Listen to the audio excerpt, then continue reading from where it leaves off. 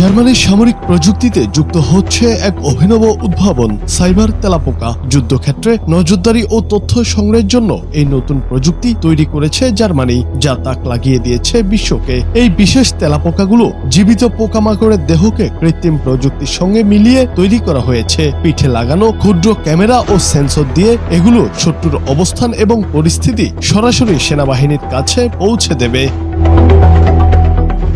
Cyber তেলাপোকাগুলো দূর থেকে বৈদ্যুতিক সংকেতের মাধ্যমে নিয়ন্ত্রণ করা যাবে। পাশাপাশি একাধিক তেলাপোকা একসঙ্গে ঝাঁক বেঁধে কাজ করতে পারবে, যা যুদ্ধক্ষেত্রে অত্যন্ত কার্যকর হবে। কঠিন ও বিপজ্জনক এলাকায় এই পোকাগুলো সেনাদের জন্য জরুরি গোয়েন্দা তথ্য নিয়ে আসবে, যেখানে মানুষের পা দেয়া কঠিন।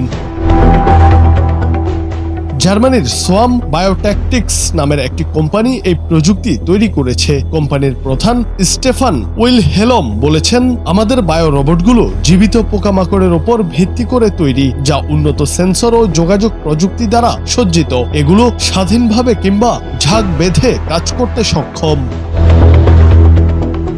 ইউক্রেন রাশিয়া যুদ্ধের পর জার্মানি প্রতিরক্ষা প্রযুক্তিতে বড় ধরনের বিনিয়োগ বাড়িয়েছে। এই ধরনের উদ্ভাবনী প্রযুক্তি যুদ্ধের ধরনই পাল্টে দেবে বলে আশাবাদী বিশেষজ্ঞরা। আগের দিনের ভারী যুদ্ধযন্ত্রের পরিবর্তে ছোট ছোট চতুর এবং স্বয়ংক্রিয় রোবটগুলোই এখন ভবিষ্যতের যুদ্ধক্ষেত্র দখল করবে। বিশ্লেষকরা বলছেন, সাইবার তেলাপোকার মতো প্রযুক্তি শুধু সেনাবাহিনীর জন্যই নয়, নিরাপত্তা বাহিনী এবং দুর্যোগ ব্যবস্থাপনাতেও গুরুত্বপূর্ণ ভূমিকা রাখবে। বিশ্বযুদ্ধ পরবর্তী সময় থেকে প্রতিরক্ষা নীতি ও মনোভাবের বড় পরিবর্তন ঘটিয়েছে জার্মানি। দেশটি এখন শুধু অস্ত্রের পরিমাণ বাড়ানো নয়, আধুনিক ও স্মার্ট প্রযুক্তির মাধ্যমে নিরাপত্তা নিশ্চিত করার দিকে মনোযোগী হয়েছে। জুনায়েদ আহমেদ, বাংলা টিভি।